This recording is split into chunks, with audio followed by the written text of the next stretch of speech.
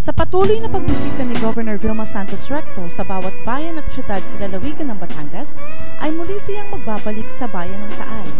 Sa pagkakataong ito ay isang medical dental mission ang nakatakdang maganap na bahagi pa rin ng kanyang programang pangkalusugan. Sa aming pagbiyahe patungong Taal ay aming nakita ang mga tindahan ng pamosong balisong o butterfly knife sa wikang Ingles. At alam niyo po ba na si Perfecto de Leon mula sa Barrio Buli ng Taal ang kinikilalang ama ng balisong na unang gumawa nito taong 1905. Ganon din sa aming paglalakbay ay muli kaming humanga sa mga ancestral houses o lumang bahay na nakapag-apaalala sa amin ng buhay noong unang panahon. At hindi rin namin palalampasin ang kilalang Basilika ng Taal, ang St. Martin de Tours. Ito po ang Basilika ng Taal. Alam niyo po ba na 3 beses itong naitayo? Una po itong naitayo noong 1575 sa pangunguna po ni Padre Diego Espina sa bayan po ng San Nicolas. Ngunit dahil po sa pagsabog ng bulkan, ito po ay nasira at natabunan. Ngunit muling itinayo noong 1755 sa lugar na ito ng Taal. Ngunit dahil naman po sa lindol, ito ay nasirang muli at muling itinayo noong 1856 kung saan po ito ay kasalukuyang natatayo at walang kahit anong renovations na nagawa. Hanggang sa marating namin ang aming destinasyon, ang Corazon Agoncillo Sports and Cultural Center sa bayan ng Taal.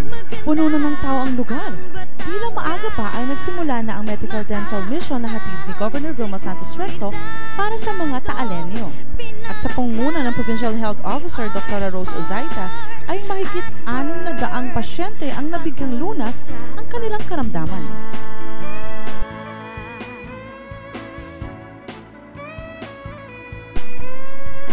At di nga nagtagal, dumating si Governor V na agad namang sinalubong ni Mayor Michael Montenegro. Ngiti at sayang hatid ng presensya ni Governor sa mga tao doon, lalo na noong ang gobernadora ay magbigay ng kanyang mensahe. At nakasama rin niya doon si Congressman Tom Apacible, Bukal Bausas at Bukal Boy Rosales. At doon din ay personal niyang nakausap ang isang kababayan mula sa Zone 3 ng bayan ng Taal, si Diana Lalaine Castillo na naging biktima ng maltreatment ng kanyang amo sa bansang Jordan. Minarapat niyang tumalon mula sa 3rd floor ng tinitigilang bahay upang makatakas.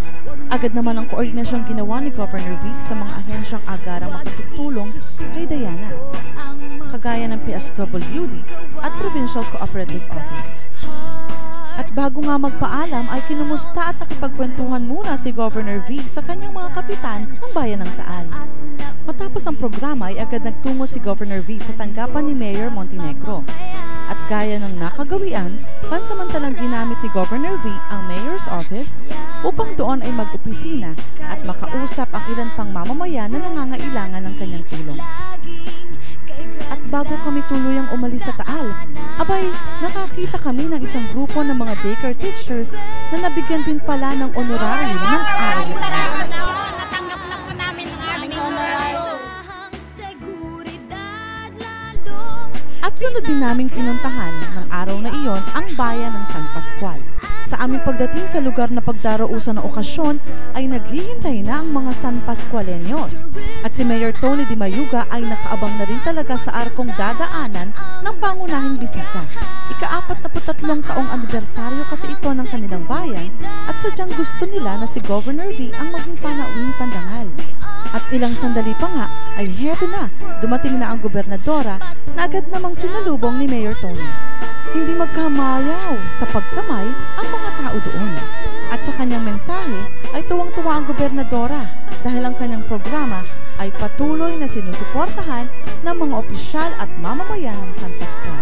At bago makaalis at makasakay ng kanyang sasakyan, hindi pa rin matapos-tapos ang walang humpay na kamayan at picturan at ang pasasalamat ng mga taga San Pascual sa pagdalo at pagbisita ng ating gobernadora sa kanilang pagdiriwang.